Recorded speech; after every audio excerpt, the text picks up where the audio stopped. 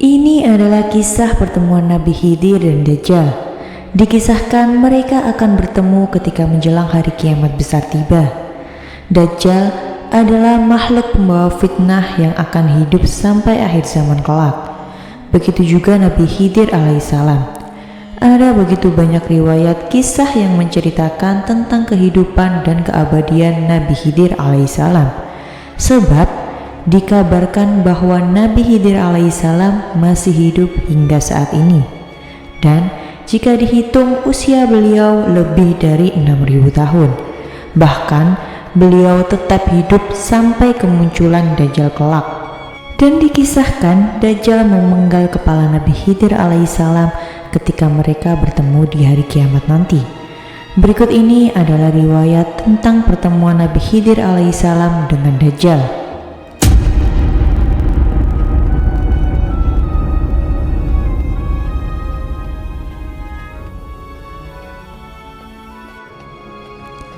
Assalamualaikum warahmatullahi wabarakatuh. Selamat datang di Pena Ilmu. Sebelumnya jangan lupa klik tombol subscribe agar tidak ketinggalan video-video menarik lainnya. Dajjal merupakan fitnah terbesar yang akan terjadi di akhir zaman menjelang kiamat nanti. Nabi Muhammad SAW pernah bersabda, tidak ada satupun makhluk sejak Adam diciptakan hingga terjadinya kiamat yang fitnahnya lebih besar dari Dajjal. Dengan kemunculan Dajjal artinya sebuah tanda akan berakhirnya dunia ini. Saat ini Dajjal sedang dipenjara di suatu pulau dan menunggu untuk keluar. Dajjal menunggu bumi kita ini akan terjadi kemarau parah selama 3 tahun. Saat itu adalah masa yang sangat sulit. Tanaman gagal panen, hewan ternak juga akan mati secara tidak ada air sama sekali di bumi ini. Tanah menjadi sangat kering dan suhu pun menjadi sangat panas. Pada tahun pertama musim kemarau, Allah Subhanahu wa Ta'ala perintahkan langit untuk menahan sepertiga dari hujan dan perintahkan bumi untuk menahan sepertiga tanamannya untuk panen dan berbuah. Kemudian di tahun kedua lebih parah lagi, 2/3 air hujan dan tanaman ditahan, dan di tahun ketiga seluruh air dan tanaman ditahan, setetes pun tidak ada air hujan yang akan turun di tahun ketiga ini, dan tidak ada satupun tanaman di bumi ini yang berbuah. Dan populasi hewan ternak lama-kelamaan akan habis. Pada saat itulah manusia sangat merasa kelaparan dan kehausan. Kemudian saat itu pula rantai setinggi 46 meter yang mengikat Dajjal akan terlepas. Lalu Dajjal akan keluar di suatu tempat yang bernama Isfahan. Tempat itu berada di negara Iran saat ini. Nanti waktu Dajjal ini pertama-tama keluar, dia akan mengaku sebagai orang soleh, kemudian banyaklah pengikut dia termasuk orang-orang Islam. Dajjal tidak diam saja di Isfahan, melainkan dia akan melakukan perjalanan mengelilingi bumi ini dan menyebarkan fitnahnya. Setelah muncul tak lama dari itu pun Dajjal mengaku sebagai nabi. Pada saat Dajjal mengaku sebagai nabi, maka orang-orang Islam banyak yang meninggalkannya.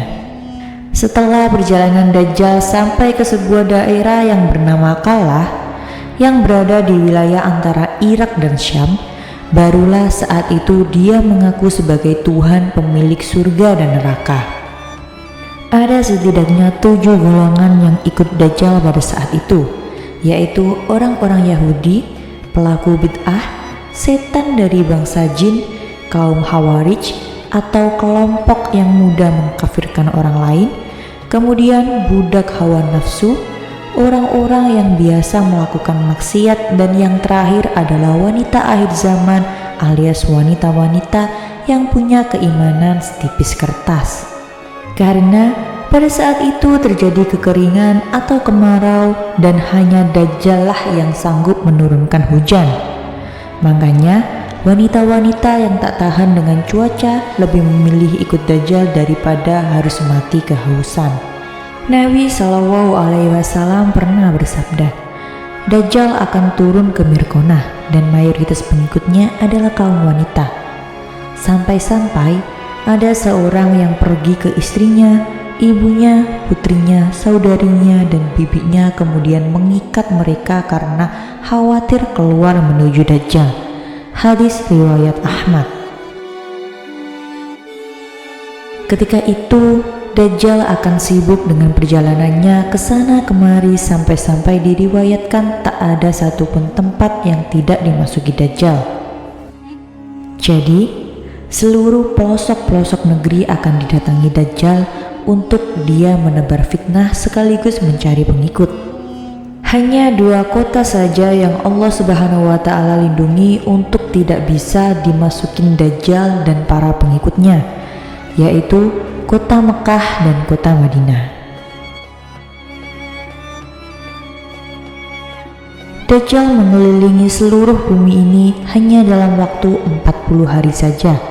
Kemudian setelah fitnah Dajjal telah mencapai puncaknya, maka muncullah Nabi Khidir alaihissalam yang akan membongkar segala fitnah dan tipu daya Dajjal ini. Nabi Khidir alaihissalam akan bersaksi dan meyakinkan kepada seluruh umat manusia bahwa inilah Dajjal, akhir zaman yang sesungguhnya. Beliau akan menjelaskan segala kebohongan yang dibuat Dajjal. Setelah Nabi Khidir alaihissalam bersaksi di hadapan umat manusia, kemudian Dajjal memenggal kepala Nabi Khidir alaihissalam. Lalu setelah melakukan itu, Dajjal memamerkan seluruh kekuatannya kepada umat manusia dengan maksud untuk merapuhkan keyakinan mereka atas kesaksian Nabi Khidir alaihissalam tadi, dan untuk lebih meyakinkan lagi kepada orang-orang dengan keahlian sihir yang luar biasa itu. Saat itu Dajjal menghidupkan kembali Nabi Khidir alaihissalam yang sudah terpenggal kepalanya dan tercincang. Setelah berhasil dihidupkan, dengan bangganya Dajjal berkata kepada orang-orang, "Bukankah kalian telah melihat kekuasaanku sebagai Tuhan?" Maka semua pengikut Dajjal semakin yakin bahwa Dajjal adalah Tuhan.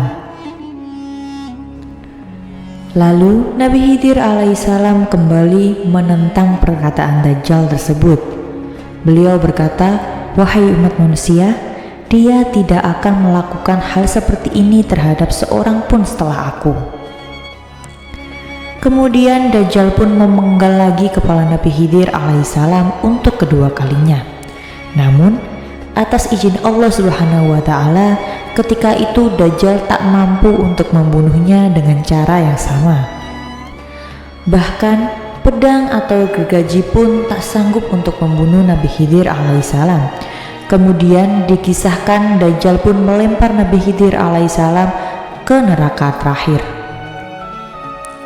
Di dalam hadis dijelaskan orang-orang yang menyaksikan kejadian itu mengira Nabi Khidir alaihissalam betul-betul dilemparkan ke neraka.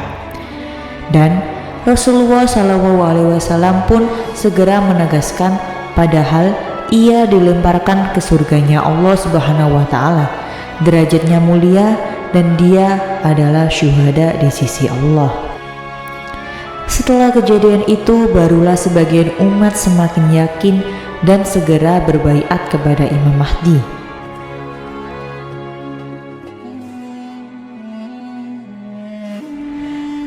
Rasulullah SAW bersabda, "Pria ini adalah orang yang derajatnya paling dekat denganku, sekaligus syuhada yang paling agung di mata Tuhan semesta alam."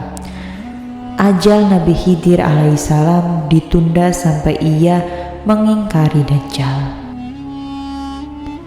Dua kutipan hadis tersebut berasal dari riwayat Abu Sa'id Al-Khudri. Sebenarnya ada perbedaan pendapat dari para ulama mengenai masa hidup Nabi Khidir alaihissalam ini. Sebagian mengatakan Nabi Khidir alaihissalam telah lama wafat. Sebagian ulama lain berpendapat Nabi Khidir alaihissalam akan terus hidup sampai hari kiamat. Namun, sebagian besar para ahli hadis mengatakan bahwa Nabi Khidir alaihissalam masih hidup dan akan terus hidup sampai hari Dajjal keluar nanti. Wallahu a'lam mana yang benar. Dan timbul sebuah pertanyaan, apakah Nabi Khidir alaihissalam menikah dan punya keturunan? Jawabannya adalah tidak ada satupun riwayat yang mengatakan bahwa Nabi Khidir alaihissalam menikah dan punya anak. Namun dijelaskan oleh Imam Nawawi bahwasanya Nabi Khidir alaihissalam tinggal di laut dan beribadah di laut. Imam Nawawi berpendapat demikian berdasarkan dari isi surat Al-Kahfi yang mengisahkan Nabi Musa bertemu Nabi Khidir alaihissalam yang sedang beribadah di tengah laut. Dan ada beberapa kisah para wali Allah, orang-orang soleh, dan ulama yang pernah berjumpa dengan Nabi Khidir alaihissalam. Sebagian ulama pun juga menjelaskan bahwa tanda-tanda Nabi Khidir alaihissalam ialah memiliki ibu jari yang tak bertulang. Wallahu a'lam.